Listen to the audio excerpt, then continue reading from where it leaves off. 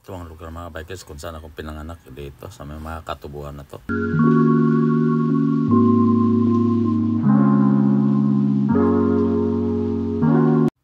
Kaya dito try ko magpalipad ng tutubi mga bikers, kung pwede tayo magpalipad dito. Ito na nga, umaangat na nga siya mga bikers.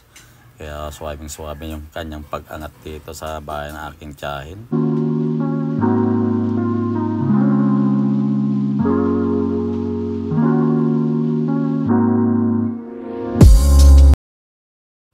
Kaya ito ang gusto ko mga bikers, balik-balikan, dahil napakasarap ng ano dito, napaka green yung tanawin mga bikers, lalo ng tubo.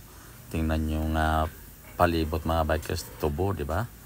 Napaka green, masarap sa mata mga bikers. Ito naman yung bahay ng aking tiyahin, si Auntie Billy mga bikers. Shout out kay Auntie Billy.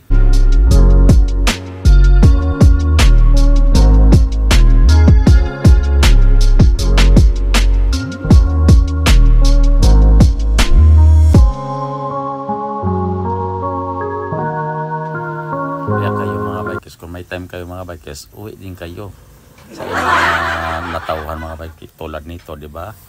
Napakasarap ng buhay dito mga bikers. Siyempre yung buhay lang dito tulad nito, yan oh. Kita nyo naman tong lugar na ito.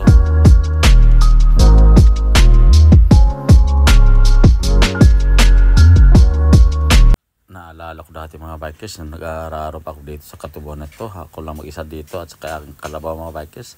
Napakasulit mga bikers, kita nyo. Yan, ito naman yung sa aking tiyahin, yung bahay na ito, yung pula, gray yung yung sa aking tiyahin kay Auntie Loli, shout out. Yan, sa aking mga tiyahin dito, shout out din. Doon sa baba, yung may mga puno mga bikers, yun yung bahay namin doon.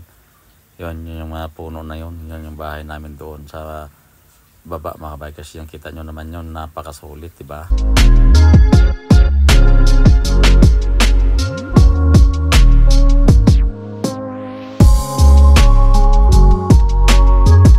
Kaya dito mga bikers, hindi ko na pinatagal yung ating tutubi, pinababa ko na kagad dahil may lakad pa tayo mga bikers. Pupunta pa tayo dun sa aking isang tiyahin sa pabrika.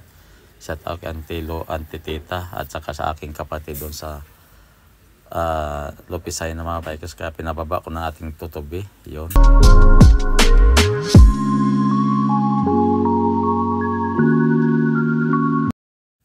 Kaya dito natin video mga bikers hanggang sa huli. Bye bye. See you mga bikers.